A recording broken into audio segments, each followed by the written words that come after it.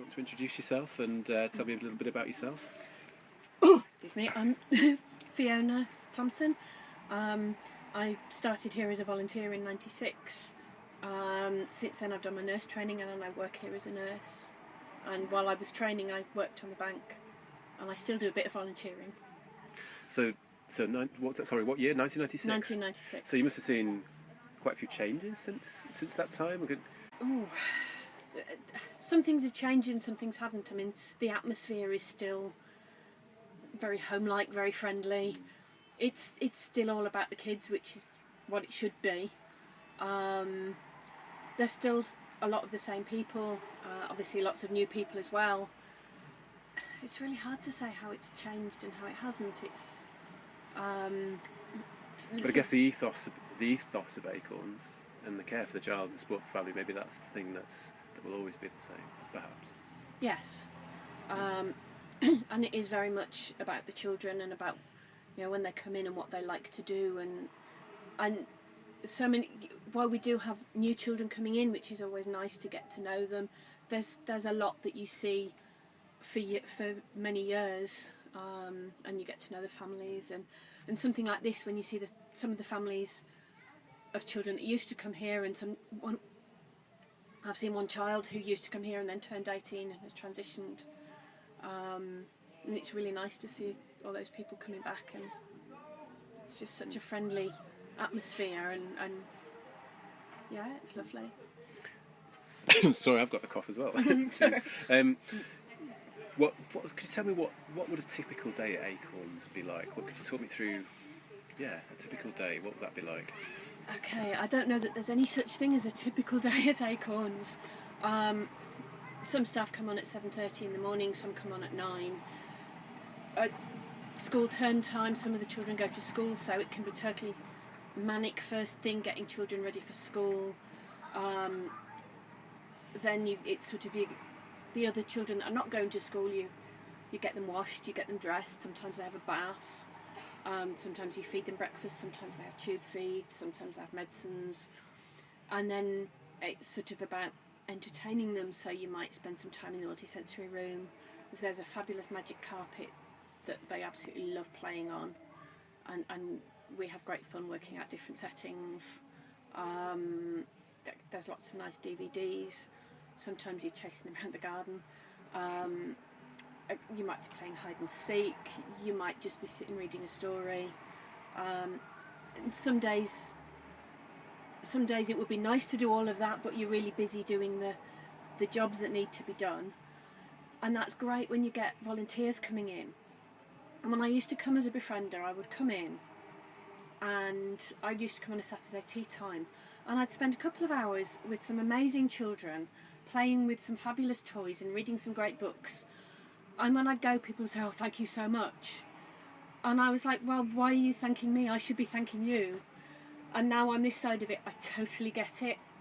Because that's when on those days when you don't have the time for the niceties, the volunteers coming in means that the children have had that all-round experience, even when the nurses and care assistants are too busy to do that. So it's great to have that team of staff and volunteers with all of that to give to the children. Yeah, absolutely. And since 1996, is there any particular highlights for you, any particular days or anything, any particularly fond memories that you remember from going back to 1996 till today? Anything that stands out for you working at Acorns? There are so many. I mean, I remember an early one when I was befriending, and I'd had a stinking headache all day, and I was going somewhere in the evening, and I came in and I spent half an hour sitting in the multisensory room with a child on my lap, and I felt like I'd had 3 hours sleep, and just kind of it was with a child that just wanted to look at the bubbles and listen to the music. And when sometimes there's children that you get to know well, and sometimes you see them when they're quite unwell, and actually they get past that.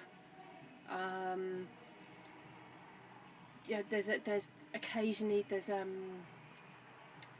children that you don't think are going to do very well, and actually several years down the line they look amazing.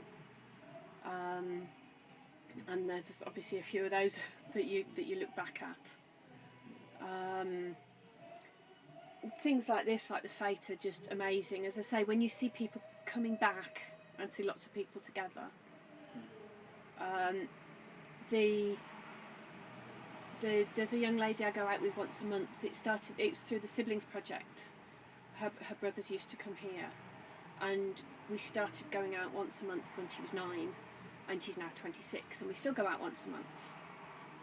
And during that time she went to university and she graduated, and to go to her graduation, and it was just such an amazing day, and to see that smile on her face and her mum's face was just unbelievable. And that'll always be a highlight. Yeah, a very special memory there, definitely. And if you could describe Acorns to someone who maybe is not familiar with a children's hospice at all and doesn't really know what a children's hospice does, what sort of things would you say? How would you describe Acorns? By far, the biggest part of Acorns is positive and happy, because a lot of what we do is offer respite to families, and it's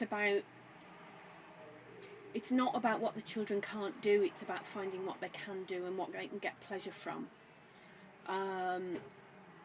And it's about making the most of whatever time they've got, because none of us know what's going to happen tomorrow, but we've got today, and it's about making the most of today. And so many of the children are so happy and so positive, and it's about have those positive experiences and trying to get them